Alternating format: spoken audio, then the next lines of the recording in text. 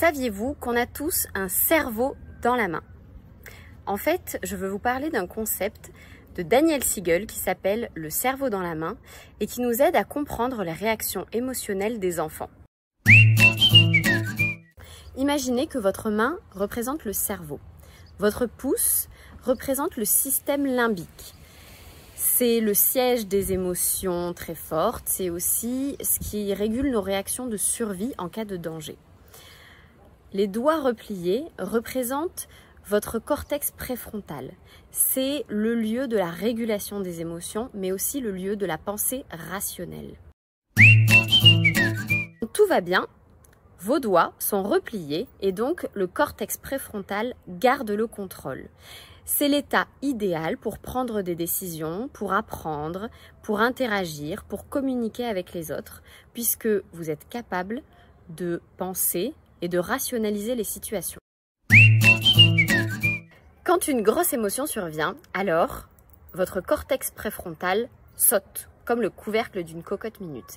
Et c'est le système limbique qui reprend le dessus. Alors, vous devenez impulsif, réactif et vous n'arrivez plus à prendre de décisions rationnelles. Vous êtes dominé par vos émotions. Ce qu'il ne faut surtout pas essayer de faire, c'est essayer de persuader quelqu'un qui est dans cet état émotionnel. Parce que bien souvent, ce qui se passe, c'est que on arrive en étant comme ça, et quand on se retrouve face à quelqu'un qui est dans cet état émotionnel, eh bien ça nous fait aussi sauter le cortex préfrontal. Et donc, on se retrouve dans une impossibilité de régler la situation de manière constructive quand on est comme ça. Donc, il faut vraiment aider l'enfant ou l'autre adulte à retrouver une situation de calme et d'apaisement avant d'entrer dans la régulation émotionnelle. Alors, comment on fait quand on se retrouve avec un enfant qui passe de cet état à celui-ci?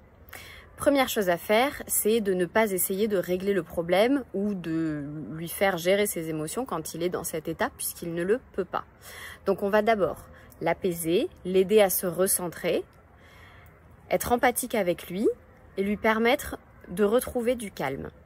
Une fois qu'il a retrouvé du calme et de l'apaisement et qu'on sent qu'il a à nouveau le contrôle sur ses émotions et qu'il est à nouveau en capacité de penser, alors on va l'aider à régler ses émotions, à parler de ce qu'il a vécu et pratiquer de la régulation émotionnelle un petit peu plus poussée.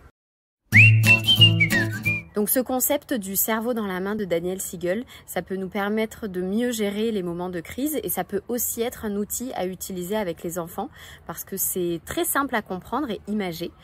Donc ils peuvent eux aussi mimer le cerveau dans la main.